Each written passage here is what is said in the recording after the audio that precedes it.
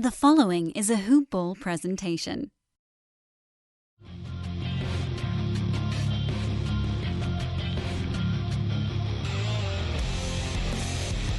Welcome to the Fantasy NBA Today podcast.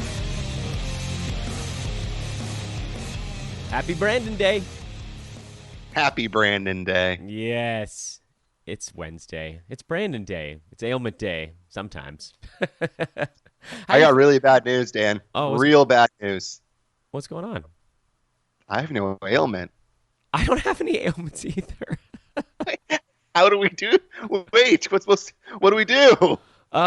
This is, I don't know. Do we mourn the death of Ailment Day until next week when surely one of us will have something? Or do we celebrate a hiatus in Ailment Day? I think we celebrate our clean bill of health. A clean bill of health. I always think of that. It was a really early Family Guy episode. Do you know the line I'm about to do? I don't think so. Okay, so I forget exactly why, but they're at the doctor. I think Peter has a lump, and the doctor says, "What I'm trying to tell you is you're fine." And he says, "You hitting on me, Doc?" And Lois says, "No, he's trying to tell you got a clean bill of health." And the doctor says, "Can it be both?" And so that, I think, is where we're going with today's show. It's Fantasy NBA Today. It's Wednesday. It's Brandon Day. It's not Ailment Day. Well, then, if you're healthy, what the hell are we going to talk about? What else is going on? You okay? Everything good? Yeah, I think we talk about fantasy basketball. No. It's weird. No. That's not how Wednesdays go. I'm ill prepared to launch straight into actual reasonable podcast material today. I mean, it's your fault. You're the one that said what the name of the show was about 30 seconds in. I know. What a buffoon. Rookie mistake on my end. I'm Dan Besbris. He's Brandon Marcus. At Dan Besbris is my Twitter handle. At BD Marcus is yours. This is, of course, a Hoop Ball and Hawaiian Isles Kona Coffee presentation.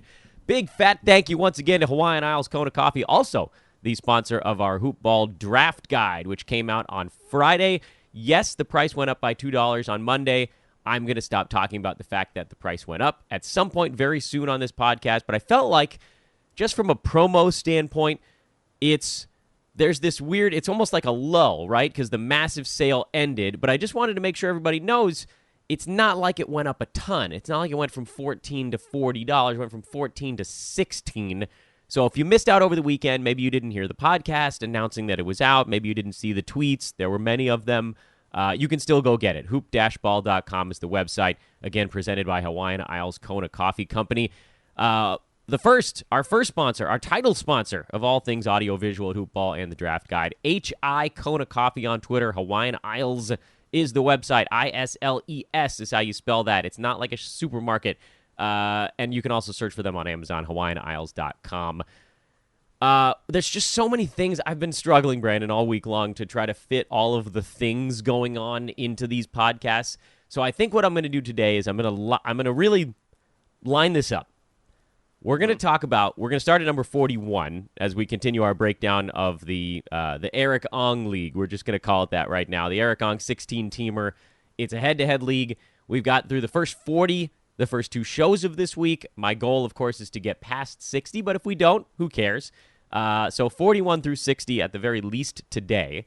But what I'd like to do is do 41 through 50, and then once again remind everyone of our newest partner on the podcast, and then go 51 through 60, and then remind everybody about Hoop Ball leagues. And that's how I'm going to try to split up all the millions of things going on. In addition to we already done like two things here at the outset. So with that, I'll kick us off. Number 41. The continuing saga here. Real draft results. This is not a mock draft. This is a real 16-team, 9-cat head-to-head league fantasy draft. We're breaking down the results. Number 41, Brandon, was DeAndre Ayton. And since I introduced the name, I'll also throw my 2 cents in about it. I actually really like this pick. I feel like he's extremely safe at 41, and for some reason, there's no buzz around him this year because other guys have garnered all the buzz. And he was really good. He was 33 last year in 9-cat. Yeah, and if you look at total value, because I think I like going at the total value more just because we talk so much about guys' health and how important that is. And especially in head-to-head leagues, obviously you're more of a roto guy, I'm more of a head-to-head. And total value does seem to mean a little bit more.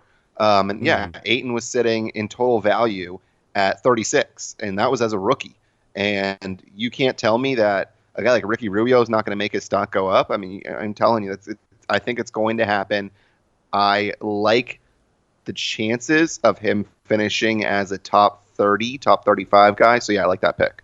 I love that pick. I'm blown away, and I don't know if you're as blown away as I am at how he has almost no buzz around his name. I can't figure this one out. I feel like, by all accounts, his rookie season was, from a fantasy standpoint at least, a huge success. He shot 59% from the field, 75 at the foul line, so not great, but also not killing you as a big man. 16 and 10 with a steal and a block, and under 2 turnovers. There was just very little not to like about a very consistent rookie season from him. Why isn't he going as high as he finished last year? Why is this? Maybe this is the anomaly, and maybe he's going earlier in other formats, but I can't wrap my head around it. And so far, Brandon, you've done a good job of sort of pointing me to what the public is seeing that I'm not. Why is he falling? It's the sexier names that are going beforehand. I mean, I would take him over a guy like Jaren Jackson Jr. That went 32. I think I might take him over Mitchell Robinson at 30, although it's really tough to figure that out, what he's going to be like with New York and how much they're actually going to care about his progression and him getting better. Curious to get your takes. Obviously, the 37 I wasn't around for. Would you rather have Adebayo or would you rather have Ayton? I think I'd rather have Ayton. I think so too. Because do we know for sure how many minutes Bam's going to get? I don't think we do. We don't, and we know that Miami, Eric Spoelstra in particular, I shouldn't even say the franchise. Eric Spoelstra will yank guys if they're not playing up to their. I mean, he's going to have a good season. But you're wiping out a lot of his value with as early as he's going. I will say, by the way, DeAndre Ayton's early ADP is closer to 30, so it's possible that this league, for some reason, people, I don't know, just forgot about him for 10 picks. But I don't know who all of these people are, but someone got a really safe. I mean, if this was a 12-team league, this is halfway through the 4th round. That would be an incredible place to get DeAndre Ayton. So one of my favorite picks, actually, so far. Along, by the way, with the one right after him, but I'll let you introduce it because we'll trade off here. Who's at 42? Oh, you mean LaMarcus Aldridge, a guy that's Mr. Consistency. And it doesn't matter what year it is. This guy just continues to play games. He's usually on the court for pretty much every game of the season. And it is very consistent. Gives you points, gives you rebounds, great percentages. I mean, he's as consistent as they come, really. And if you're going to get a guy like him, you can feel free to take a couple of risks before and after. There are very few players in the NBA, and I'm gonna highlight this because I think this is why. And I know this one. This one doesn't not make sense to me. If that makes sense.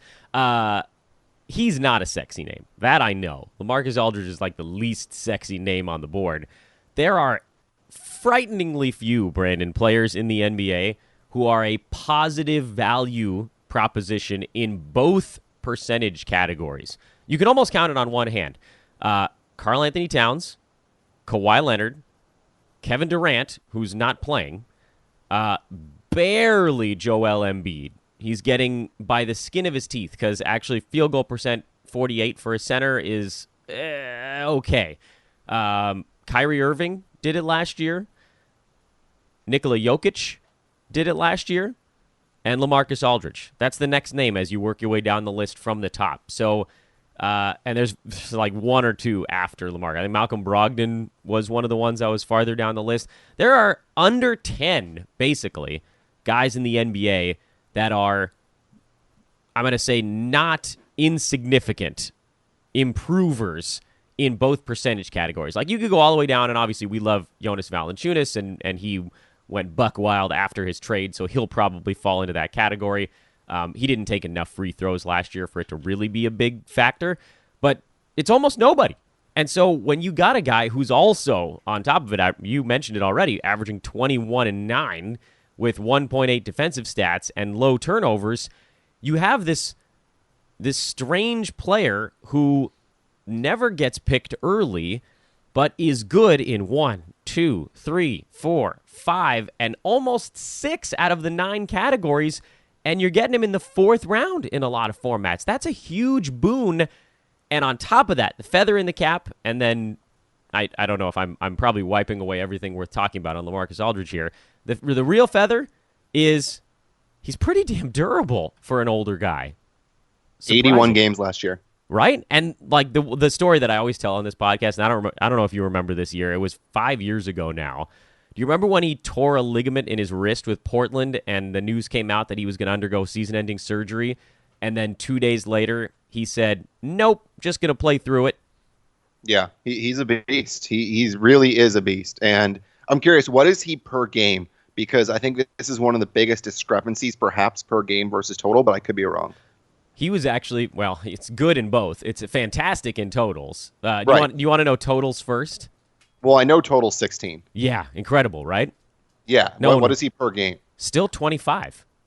Yeah, see, that's really good. I mean, I that's what I'm saying. A guy that's on the court, that's a guy that I would be happy getting an auction draft for anything less than 20-something, I would say, is what he's going to go for. And I think I can get him for less. By the way, this is also not an anomaly. His ADP is 42 in Yahoo League so far. So this is just where he's going. I mean, age you think will catch up eventually, but at the same time, I just don't think the system is that intense.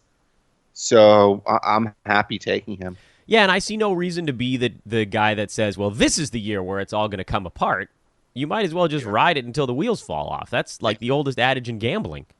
And how big of a drop is he going to take? I mean, is he going to take a drop that big that he's going to go from being top 16 or top 20, whatever, in total versus top 40, top 45? Still fine value. It's not like you're getting crushed for taking him in the fourth round. No, and there was nothing really that changed in the front court for San Antonio either. So it's not like there's someone that came in that's going to steal all of his touches and minutes. He's still the only guy up there that can do anything on offense. Yeah, I'm good with it. I love it. It's weird for me to think that I could put LaMarcus Aldridge on the Dan Besbris old man squad, but yeah, you can. Right? Like he's an old man who's getting drafted 2 rounds too late just because he's sort of a boring old man. Yeah, I'll be curious to see where Brew has him when he is top 150 comes out. I will also. I actually don't know. I could probably ask him behind the scenes, but then I can't reveal it to anyone, so I don't know what the point of that is. It's not like I have a draft coming up. It's almost better for us to be doing all of this talking, not knowing anything about the B150. Yeah, it's true. Because then we can look at it and go, oh, that's where the value's at. By the way, Draft Guide subscribers, you get it on October 7th. You don't have to do anything extra. Consider it. By the way, I also love pick number 43. This is a run here of just like boring dudes. A great run. Great run. Tobias Harris at 43 on a Philly team that no longer has Jimmy Butler. Why wouldn't we love Tobias Harris in this spot? He was number 35 last year per game. Brandon, you've probably got his totals in front of you. 20 in total. 20. Unbelievable. Yeah. Played all 82 games. He's durable. He's good. Opportunity is back now that he's not dealing with another alpha wing. I mean, he's going to have to shoot a lot on that Philly team because he's one of their lone dudes that can score from like outside of 11 feet. He should have a pretty easy year. And by the way, last year he was good enough field goal percent where he sort of made that cut of guys I was just talking about, dudes that are good in both percentages. I love guys like that. You know that. So Brewski, he basically pioneered the term cash counters for threes, steals, and blocks.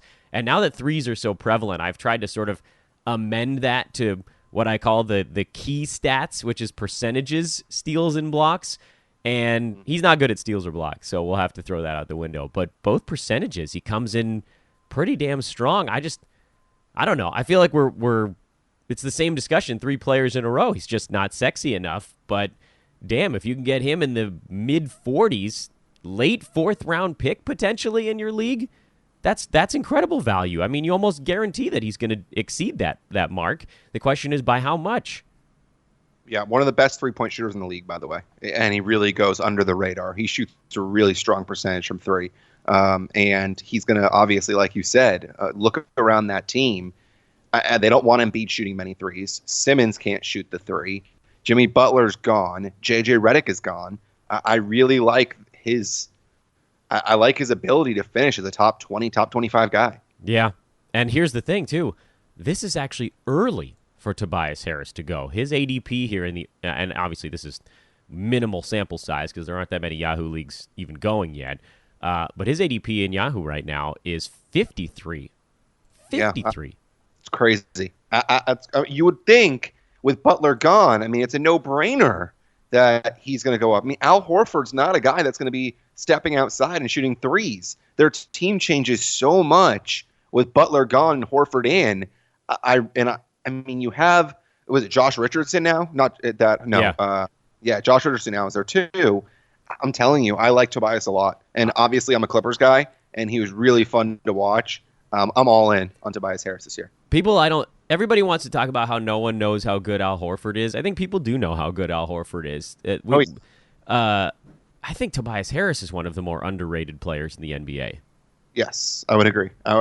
He's tremendous. He's a max guy. He just got max money. Why are you not getting a max money guy in your top 35 picks? Why? Not sexy enough. Yeah. Not sexy enough. This is an interesting one, by the way. Who's next? And then we'll break it all down. This is one that I think maybe we finally we pump our brakes a little bit, but I'm not sure. Jason Tatum. I think this is where he probably should go. I'm just frankly surprised that this is as far as he's fallen. Yeah, I mean, he obviously has really big upside now that a guy he absolutely hates in Kyrie Irving is gone. I was wondering where you were going with that one. Yeah, I mean, he really does have good upside. They clearly did not get along, and his percentages, free throw percentage is good. Field goal percentage does worry me a little bit because I think he's going to be taking a lot more shots this year than what he took last year. But he's got the ability to score, shoot the three ball, get rebounds. Doesn't do much in assists, but like you said, steals and blocks, 1.8 combined is good. Mm-hmm. I think this is exactly where he should go. And this is, I think, a high upside pick based on what his role is going to be this year. But you got to remember, Kyrie's gone, but Kemba's there. So it's not like this guy's going to take this leap from here all the way in New York. It's just not going to happen. So my hope, and we'll see if any of this bears itself out, even if we call the Kyrie Kemba thing a wash, the Celtics also lost Marcus Morris and Terry Rozier and Al Horford. So to me, I think some of that stuff is going to, I know that, a lot of it's going to go to guys like Jaylen Brown and Gordon Hayward's going to have to do more, but I do think you see more from Tatum. This is one of those spots where I think the increase in volume is better than the potential dip in efficiency. I feel like there's enough extra for him to chew. Plus, I'm looking at last year, for one, we talked about durability, and he has shown that so far. But last year was almost, in my opinion, kind of like a worst-case scenario for him, and he was still number 59. So there's a pretty good floor.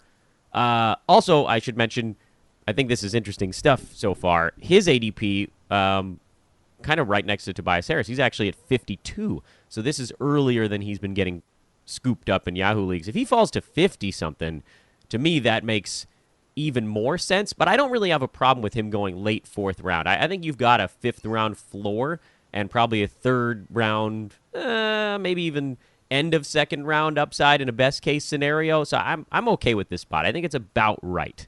Here's my issue, and tell me if I'm wrong. We know Kemba's going to be the number one guy. What if Gordon Hayward is healthy and he turns into Utah Gordon Hayward? Wouldn't that mean that Jason Tatum is the number 3 guy, and all of a sudden you're paying a pretty big premium for a guy that's number 3 on his own team? Yeah, well, absolutely. It's why I'm actually kind of high on Gordon Hayward this year, because you can get him 40 slots later for not that much less upside. Yes, I prefer Gordon Hayward that late compared to Tatum, because it does worry me. You have someone that's still young. It's weird to say, but I'm pretty sure he's on this USA team. I mean, Coach would know. My goodness, that guy's all over Team USA. But yeah, I think it'll be important to see how he does on this team. Oh, man, you reminded me of something else we got to talk about on today's show, the brand new show. That's what I thought you were going to do. That's what I thought the middle one was going to be. Oh, I got so many damn things. I better start writing stuff down. You know what? Let's put a pin in this after we made it through a grand total of 4 picks. Well, I got a good idea. I got a really good idea. Okay. Since 45 doesn't matter, since 45 is out for the year, and is doing some crazy stuff off the court. Yeah. Why don't you do it now? Yeah, well, we're just going to skip talking about DeMarcus Cousins for now because there's all sorts of weird stuff going on that front. Yeah, you mentioned Coach and Team USA. Well, Coach is not alone or I should say Team USA is not alone in Coach's crossfire because the great Coach Sarvati and our wonderful Mike Apotria will be starting a brand new DFS show at Hoop Ball. That comes out on Thursday. That's tomorrow. I'm so excited. This is a massive, massive thing for Hoop Ball, and I hope the listeners can sort of feel the excitement that I feel because this was like when we can bring on. This is a new chunk of fantasy that we're carving out, basically, because we have dabbled in DFS podcasting Hoop Ball. We had these intermittent afternoon shows that were kind of up and down at times and a little inconsistent. This is going to be consistent. It's until the preseason starts, they'll be doing one show a week. It's all on strategy right now. But at the end of September, when the NBA training camp stuff actually begins, you get preseason games. They're going to be doing 5 or even 6 shows a week. You might even get a weekend show out of this as well. And if you want to get into DFS, a 30 to 40 minute hit every day is a wonderful way to do it. Do you do much DFS? I haven't before, other than the Hoop Ball contest. I don't do a ton. And what's interesting, and I'm going to sell both these guys, and I'm not doing it just to sell them because Dan told me to, but I did a show with Apotria every Monday night, I believe what it was. Maybe it was Wednesday night. It was Wednesday. Either way, and Apotria would tell me how his DFS teams were doing. The guy knows his stuff. He wins a lot of money off these DFS stuff. And then Coach sends us these amazing screen grabs of the money that he takes home in these big tournaments. And I got to tell you, both these guys win a lot of money. So I would suggest listening to both of them. I didn't know you were on those email lists. I love those screen grabs. That's the best. Yep. He's like, look what I took home today. And we're representing Hoop Ball. And I'm just like, oh my God, how do I get a shaving off of that? I know. He's really good. He knows exactly what he's doing. He does it a lot too.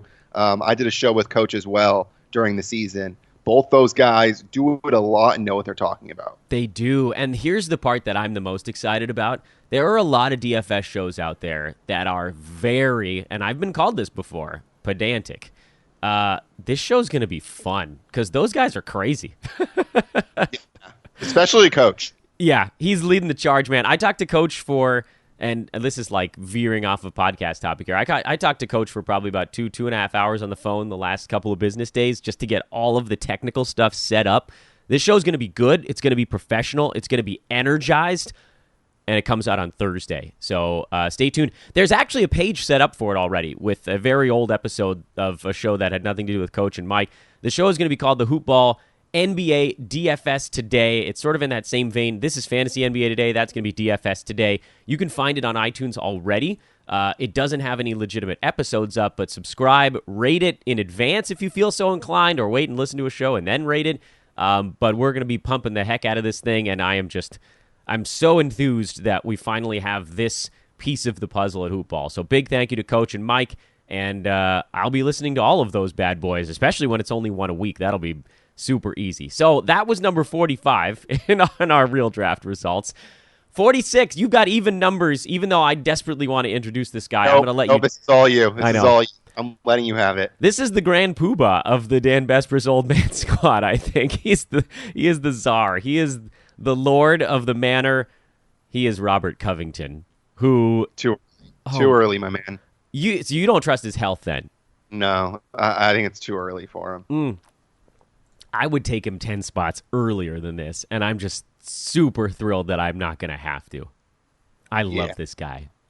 That's really early. You're going to take him in the 3rd or 4th round. That's really early for a guy that was out for a very long time last year. Yeah, I think that was shut down. I got my tinfoil hat on pretty good. I don't think that. I think he could have played, and I think Minnesota had thrown in the towel on the year, and they were just like, whatever. He is also a massive key to their success. They were actually okay when he was playing, and when he went out, they became horrendous because they didn't guard anybody. They desperately need him on the floor because Wiggins can't space the floor and Jeff Teague can't space the floor. So two of their small guys are unable to create room. So they're going to need a small forward or power forward out there who can shoot the three ball along with Cat. It's weird. This team is sort of built in reverse. He had 3.4 defensive stats per game last year. Yeah. He's a beast in defensive stats, no doubt. He's God. the Dan Besbris freaking god. Oh. I mean, there's no question about it. But what's his rank right now? Because I'm curious to see how early this is for where he's currently going. His ADP. Pretty accurate, actually. He's been going in the 40s. Why though? Because last year I remember that he was in the 60s to 70 range, I believe. I could be dead wrong. You are dead wrong, but that's a totals. Is that totals or is that per game? Totals, you might be right because he didn't play half the year. No. I mean pre last year. Oh. Where he was ranked. Like, why are we bumping him up suddenly 20 spots after a year where he had major health issues? Yeah, he was going in the 50s, I think, last year, and that was sweet. But I would still take him in the 40s. He was number 18 when he was healthy last year on a per game he was basis. good. He was really good. I got him for $1, by the way, in auction. Oh my God! If he had actually finished the year, you'd have been cruising. Yeah, I won that league anyways. But remember, I mean, like they said he was coming back after the All-Star break, and then it was just like, I really think he could have played the last month and a half, and they just said, screw it. It's possible. It's very possible. I mean, he was a big part of that trade, so it's possible. What if he's healthy during all of training camp? What if you see no symptoms?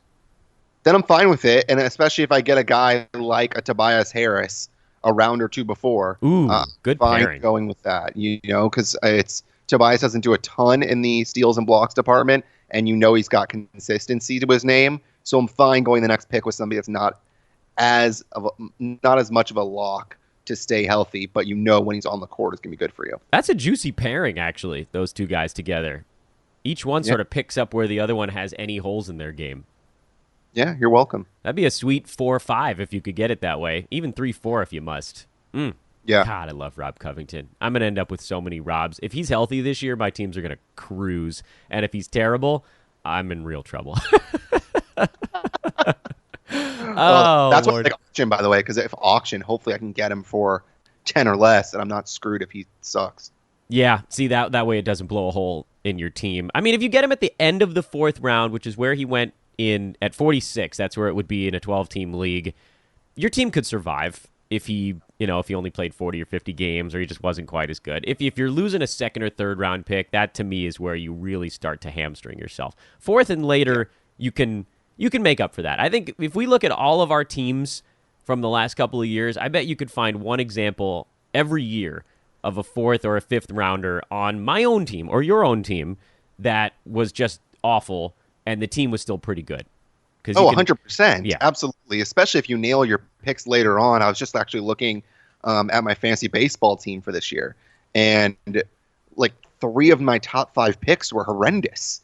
And I nailed my picks in like 8 through 12. And that's why I won the league, or I'm currently first in the regular season. I mean, that just you cannot lose your league in the first round, but you also can win it later on. By the way, did you hear that horrible news out of Montgomery or Virginia? Oh, absolutely brutal. I want to find out what the motive was for this guy. I mean, if you haven't obviously looked and found the story, a double-A pitcher, his wife, his daughter, and his mother-in-law were all killed by his brother-in-law. Yeah, and they found the brother-in-law who went on he tried running away from the police naked on the street, and they went and finally got him.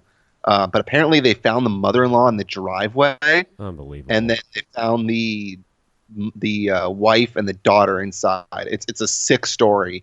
And I hope they send some details out because I'm curious in terms of what the hell this guy was thinking. I hope he gets a death penalty.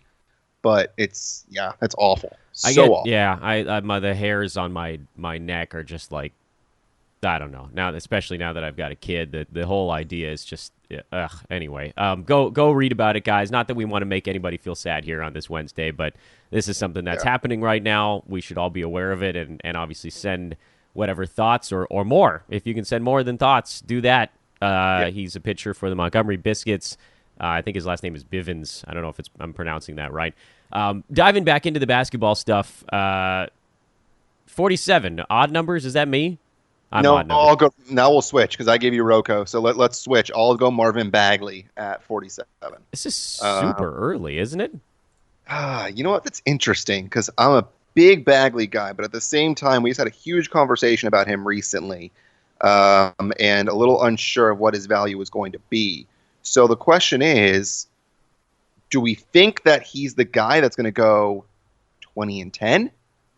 Or is he the guy that's not going to get enough minutes on the floor? That's the big question, I think. And even if he is the guy that goes 20 and 10, can he get his free throw number up from 69? Will he add the three-pointer?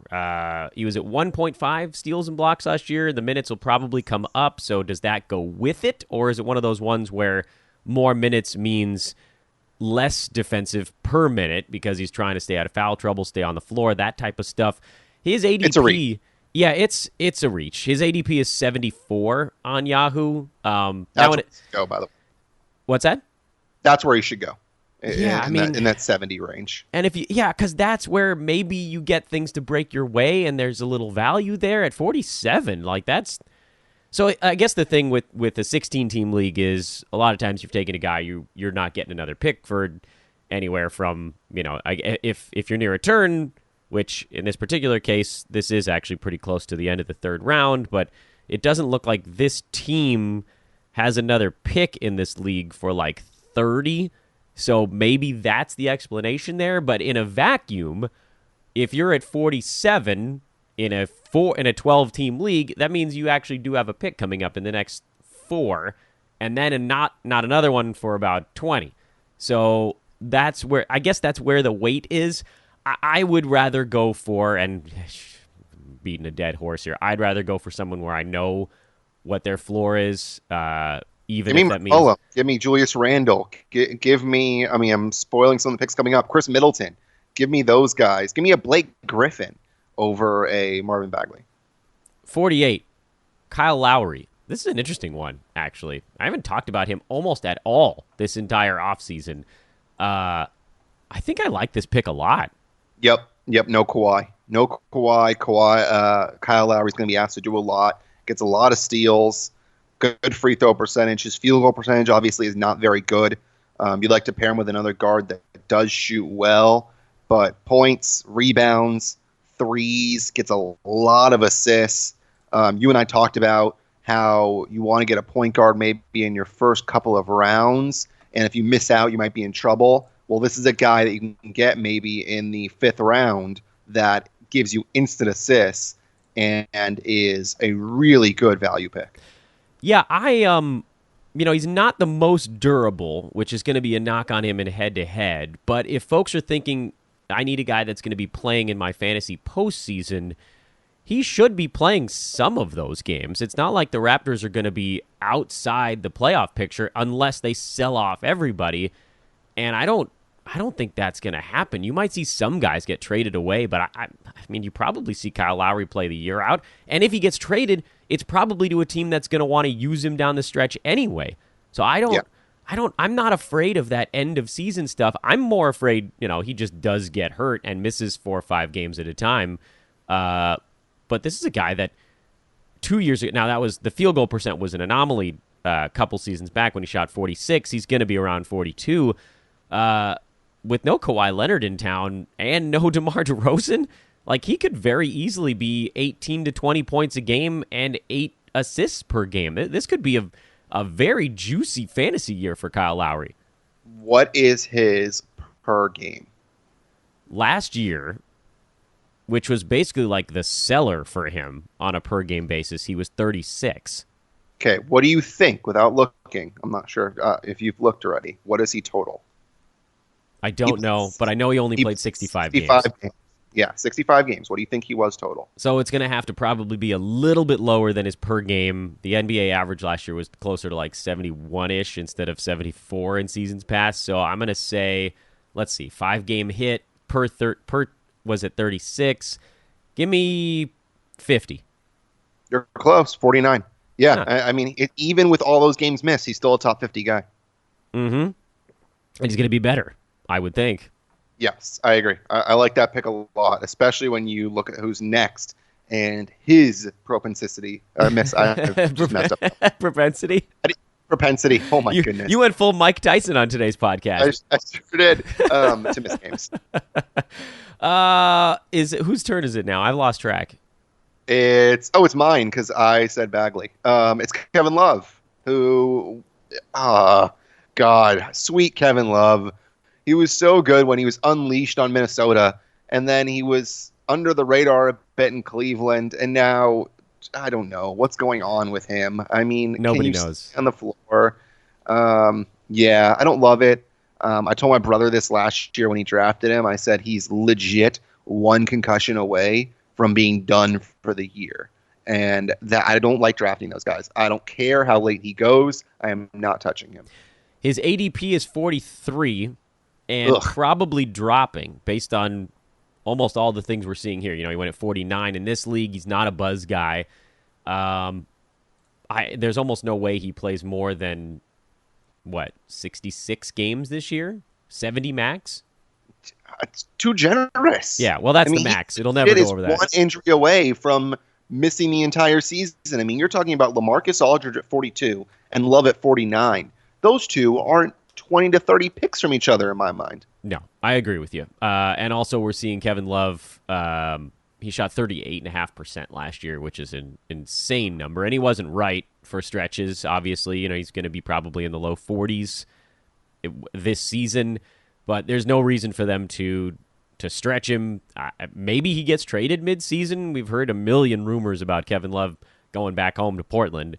That would be nice because at least there'd be a reason for him to be on the floor. I would love to see him fall farther than this. And as we get closer to draft day, we might. If he falls to 55 or 60, I think I would take him because there is, and it's unlikely, and in a head-to-head format, the missed games are brutal. But if you got 65 games out of Kevin Love this year, he could have. The window is massive with him. I mean, he could play 25 games and have a top 200 season, or he could play 65 games and be a top 30 guy. So I'm going to give you a either-or question, and I'm throwing a guy that we haven't talked about out, and one that I like a lot, and one that you're not as high on. Jamal Murray or Kevin Love? At the same spot in a draft? Is that the... Yeah, both are available to you. Okay, both are available, and if I could have either one basically at number 50, I think I'm going Kevin Love. Wow. Because I don't see the upside with Jamal Murray. Wow. He's safer. Wow. He's safer, but this is where I start to make a few more saucy plays. You know I'm all about safekeeping in the first 36 in particular. I mean, this is now the 5th round in a 12-team league. If I blow my 5th round pick, I can recover from that. And if my 5th round pick turns out to be a 2nd round value, then I rocket up the charts. I think I've got to go for it. Wow. I know. Interesting. But I'm also a roto guy. Head-to-head, I think I might go Jamal Murray. Roto, Kevin Love. What about another point guard that you like a lot, Chris Paul? Chris Paul over Kevin Love. Okay. Yeah, and he we're not even going to get to him today. Chris Paul went at 63 in this draft. Yeah. That boggled my mind. I believe that's well below his ADP, but I'll double-check on that. Yeah, his ADP is 30. He's going to go, Chris Paul will go way higher than that just because of name recognition alone. He's going to go before LaMarcus Aldridge. Oh, man. Give me LaMarcus all day, man. He's such a bulwark of fantasy value. Here's another Dan Besbris guy. Otto Porter Jr. Yep. Okay, so listen, let me walk back some of my earlier statements. First of all, Otto Porter's ADP is 36 right now, so he's falling in this draft as well. I don't fully understand that one. Dude has an insane fantasy game, and he's finally on a team that's going to let him play a little bit. I'll almost take Otto Porter as early as you'll let me. Yeah, he's a guy that now consistently, over the last several years, has finished as when he's healthy, a top 40 guy? Yeah. That's the question. I mean, obviously, totals wise, last year he finished 101 and only played in 56 games, so that's obviously a concern. But I like him a lot, and when he's healthy, he gives you a lot. I mean, where does he not help you? I mean, assists, he gives you a couple, but apart from that, he helps. In Chicago, on a per-game basis, and he only played 15 games there, he was a top 30 guy. 17.5 points, 6 boards, 1.8 combined defensive stats. Yes, the 96% free throw number is not going to stay over an entire season. 2.5 3-pointers. He can walk into fantastic fantasy value in Chicago. There's no reason that he should fall into the 50s. I don't think he will fall into the 50s. But, in terms of Dan Besbris guys, if I don't get my sweet Rob Covington, I'll be very happy to replace him with Otto Porter. What if you get both? Are we going to have to recover? I mean, are we going to have to get you from somewhere? Yeah, I'm going to swoon. I'm just going to swoon right in the middle of my draft. I've got the vapors, as Jon Stewart used to like to say on The Daily Show. I'll have the vapors. Someone's going to have to come and, fan me to wake me back up if I end up with both of those guys. Here's the problem, though. You can have a little bit too much of a good thing. The beauty of Otto Porter is that he's going to score more in Chicago than he did in Washington, so he's not quite that same Rob Covington clone that he was. But yeah, I mean, fighting for minutes with Kelly Oubre. I mean, it was really him and Oubre that were fighting for minutes. You know who's gonna start, who's gonna get the most minutes. I mean, it really was a Scotty Brooks special where you had no idea what was going on. You had no idea what was going on, and on top of everything else, when Washington was healthy, these two guys were fighting for the weakest scraps in the NBA, because it was John Wall, here's your 20 shots. Bradley Beal, here's your 20 shots. Who wants the other 4? So Otto Porter, Kelly Oubre are battling tooth and nail to see who gets to take 3 of the remaining 4 shots every ball game. 51, odd number. Back to you. Brook Lopez. This is a guy that you love a lot. I do love him. You really, really like the Brook Lopez. And I love the Lopez brothers. His ability, Sideshow Bob, his ability to shoot the 3 and do it as often as he does, averaging almost 2.5 threes per game, points about 12.5. Doesn't get a ton of rebounds, which you don't love from your big. I think that's my biggest problem with him. But over 2 blocks per game, good free throw percentage for a big. Last year, total, he finished 19 overall. Incredible. Played 81 games. Since his foot stuff with Brooklyn, he's been durable. He's played 72 games or more in 5 consecutive seasons. His ADP is lower than this, by the way. 65 in early drafting on Yahoo. I think he's going to go closer to 65. I think somebody got a little Dan Besbris medicine in them in this draft and took him earlier. I don't think he's going at 51 in most drafts. I think you can get him later. But I have no problem taking him at 51. I think he's going to be great this year again. Lopez, much, much better at that pick than Kevin Love. Yeah, I'm okay with that. That's a way safer play. What about the guy right behind him, Julius Randle? Who would you rather have between those two guys? They're pretty different fantasy games, I guess. I love Randle just because he puts up that 20-20. I think he's going to go. He's going to go earlier. I don't trust the Knicks. No, should you? No one should. What's to say that he doesn't sit out the final 20 games of the season? That's my only concern. But I think last year me would take Julius Randle. This year me, after doing a fantasy basketball podcast, would take Brook Lopez. Yeah, you spent way too much time around me is what's happening here. Yes, correct. Way too much. These are both fine picks in my estimation. I have no beef with either of these or the one behind them. And I know I'm speeding up here, but I'm totally okay with these 3 in a row. Brook Lopez, Julius Randle, the next one is CJ McCollum. I'm just going to lump them all together because to me it's kind of like you're going to have a good fantasy season from those 3 guys.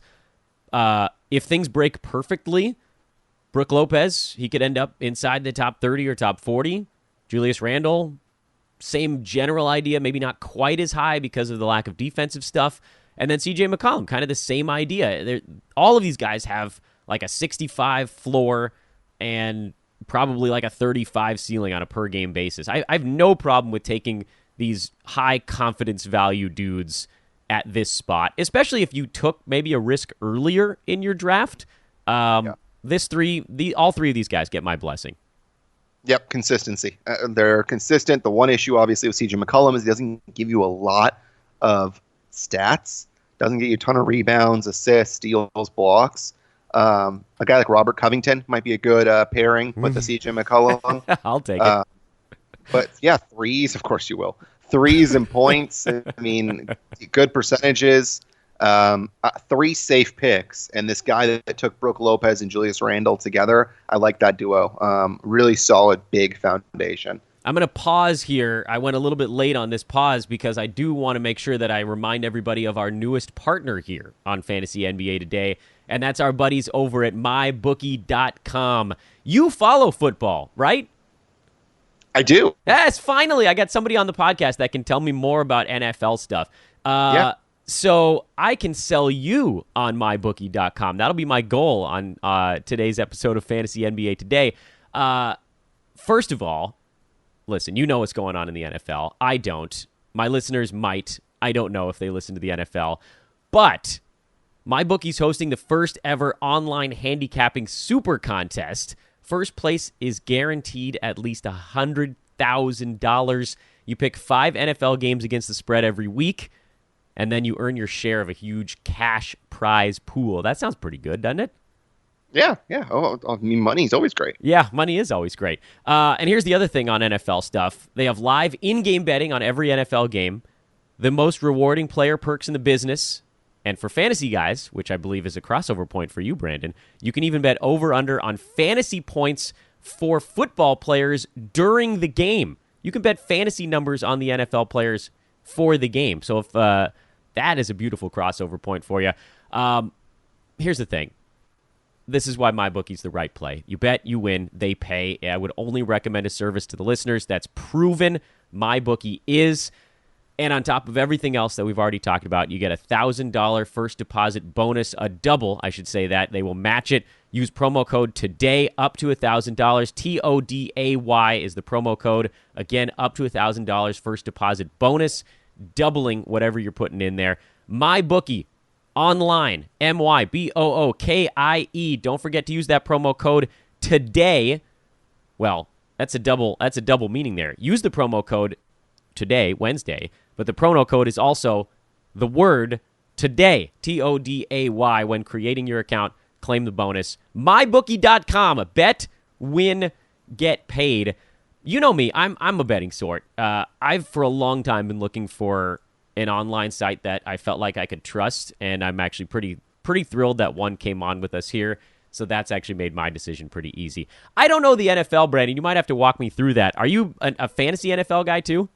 Yeah. Oh, yeah, of course. I have my draft actually starting this weekend. We're doing a slow draft because one of our members is across the pond over in Asia broadcasting the U18 World Baseball Championships. I think I know who that is. You do? I think I know the guy. Good luck, Jason.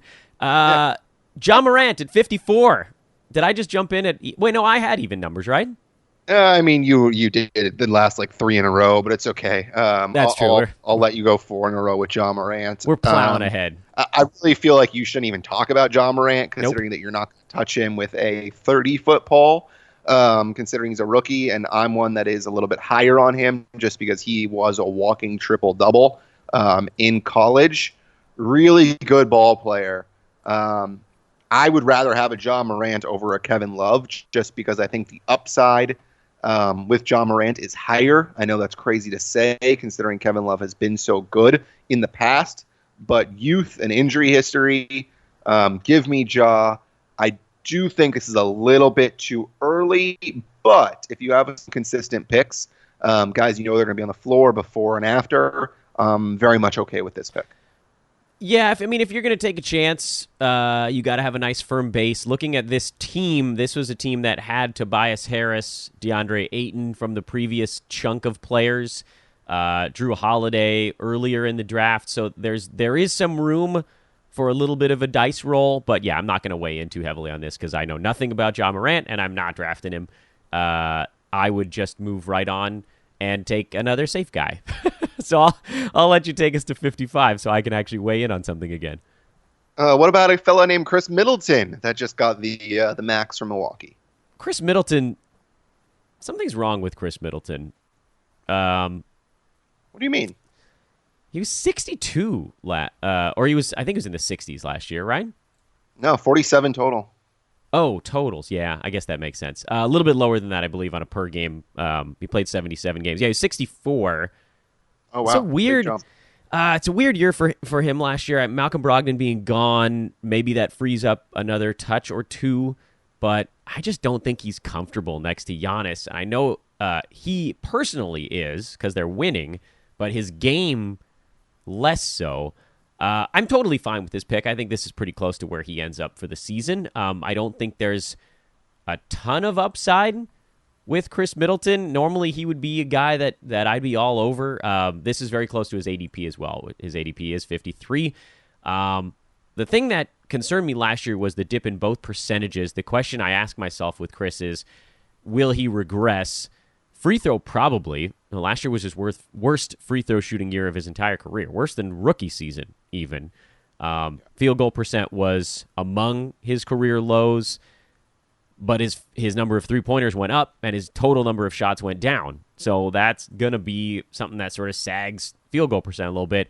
And his steals were down. He was a 1.5 guy, and that dropped all the way down to 1. So I don't know if there's a regression due with Middleton. Obviously his minutes were lower because they were just clobbering people and he didn't have to play a ton. But even when he was at 31 minutes a couple seasons back, he was at 1.5 steals. I'd love to see that number return, and I don't know if it's gonna. All of those negatives aside, taking him at 55 is a very safe play. He's not going to be bad. No. He's going to be fine. He's a top 30, top 35 guy if he's right on his good days. I mean, there were times where he was absolutely incredible last year. I owned him for a nice long stretch, but then he'll give you a 1 for 11 game and just kill you. And that's the problem, is that he shoots a lot of threes now with Bud, and that helped him because he was making a lot of threes early in the season, but then he'll go through the stretches where he's missing a bunch. And therein lies the problem, is that when he's missing a lot of those threes, you've got an issue. And he's a guy that can be better than that spot, but I'm happy taking him there. We're going to do one more guy, and then we're going to put a pin in this one at 56. It is Mike Conley. I think it's an interesting one to close on. On a per-game basis, he was 27 last year with Memphis. That has to take a hit, right?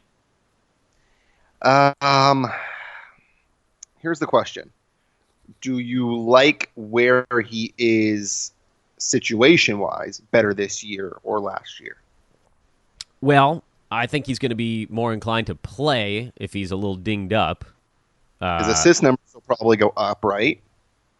I don't know, because there's a Donovan Mitchell ball handler there. I have no problem, by the way, with taking him at 56. I think he's going to be that or better. I don't have a perfect feel for where he finishes. I guess if I'm just giving this pick a thumbs up or thumbs down, I'm going to give it a thumbs up. Yeah, me too. I mean, if you're going to give a guy the rank of 27 in totals and he only played 70 games, yeah, that's a really good pick. I mean, he's a safe guy. We talked about assists earlier with Lowry, and Lowry and Conley are two guys that just don't get enough respect on their name. Yep, I agree. Last thing to mention here before we wrap up the show, hoop ball leagues are open. Hoop ball leagues. We've got Roto, we've got head-to-head, we've got cash, we've got free. Hit me up on Twitter at Dan Besbris. I can get you situated. Plenty of spaces right now, basically infinite spaces. I'll keep opening leagues if people keep joining. In the first 2 days, something like 80 of you have already hit me up. It has been an unbelievable burden on my brain. But I'm going to be so happy when everybody is enjoying pleasantly their leagues all season long. So continue destroying my evenings while I place you all into leagues. I would love it, nothing more, than to fill up another 5 or 6 leagues. Let's just keep it rolling, man. At Dan Besbris again on Twitter. Hoopball leagues, they should be a lot of fun. The cash leagues, by the way, are $50 on the buy-in, so we're keeping it on the relatively low side. We don't want to price anybody out. Head-to-head leagues are weekly. Roto leagues are daily. Let's get to it. Brandon, thank you, sir. Yes. Happy Brandon Day. Happy Brandon Day and happy No Ailment Day. Happy No Ailment Day. I got nothing else to add at the end of the show to that. Happy No Ailment Day, everyone. Tomorrow, we'll be talking to Coach. Team USA update and a DFS Today podcast release special here on Fantasy NBA Today. Friday, I think I'll be talking to Adrian, but I got to get that locked in because your old pal Dan is back to 5 days a week. Mr. Marcus, we'll hear from you on the Clippers pod here in the next day or two. Yep, we're taping tomorrow, so look out for that one. Beautiful. Have a wonderful Wednesday, everybody. So long.